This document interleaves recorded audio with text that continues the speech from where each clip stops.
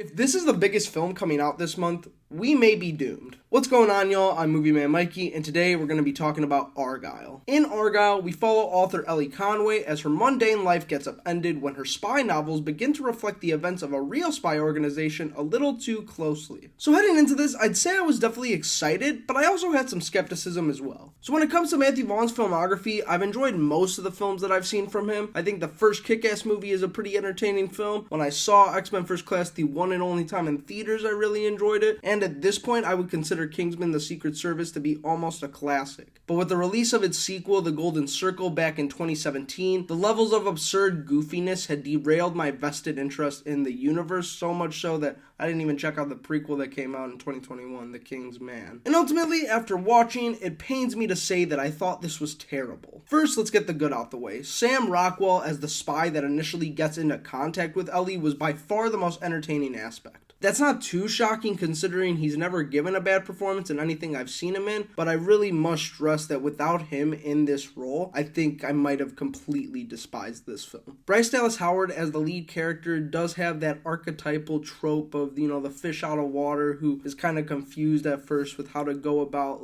how to exist in this universe, so to speak. And while that archetype can typically be frustrating or annoying to follow at times, I think that character was just insufferable here from start to finish. One film that a ton of people have compared this to, myself included, is 2022's The Lost City with Sandra Bullock and Channing Tatum. I got enough laughs out of it at the time to say it was a decent watch, but it wasn't doing anything new or wild in the story department. Watching Argylle made me appreciate that movie so much more though, as the outrageous story here is constantly battling to one-up itself with a bunch of convoluted twists that painfully extend the runtime to nearly 2.5 hours. And for an action movie by a seasoned action filmmaker, the action here doesn't even look all that great. That especially goes for the aggressively noticeable CGI from beginning to end, which I would be more forgiving for had the budget not been an astounding $200 million. A lot of the musical choices for the score in this movie are supposed to be ironic, like goofy music playing over a scene or whatever, but I can't remember a single time where I personally laughed. And as if the film hadn't already delivered a poor experience before the credits, the nerve of the post-credits scene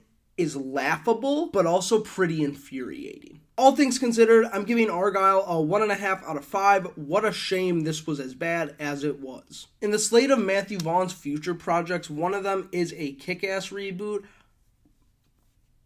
Please be good. But that is all for my review of Argylle. I also have a written review of it up on Letterboxd, which you can check out in the description below, where I also have my opinions on thousands of other movies. Now it's time to get a discussion going in the comments. Did you feel the same as me? Did you actually like this movie? Or did you have a different opinion entirely? Whatever it is, I can't wait to engage in the conversation. And that's all I got for now.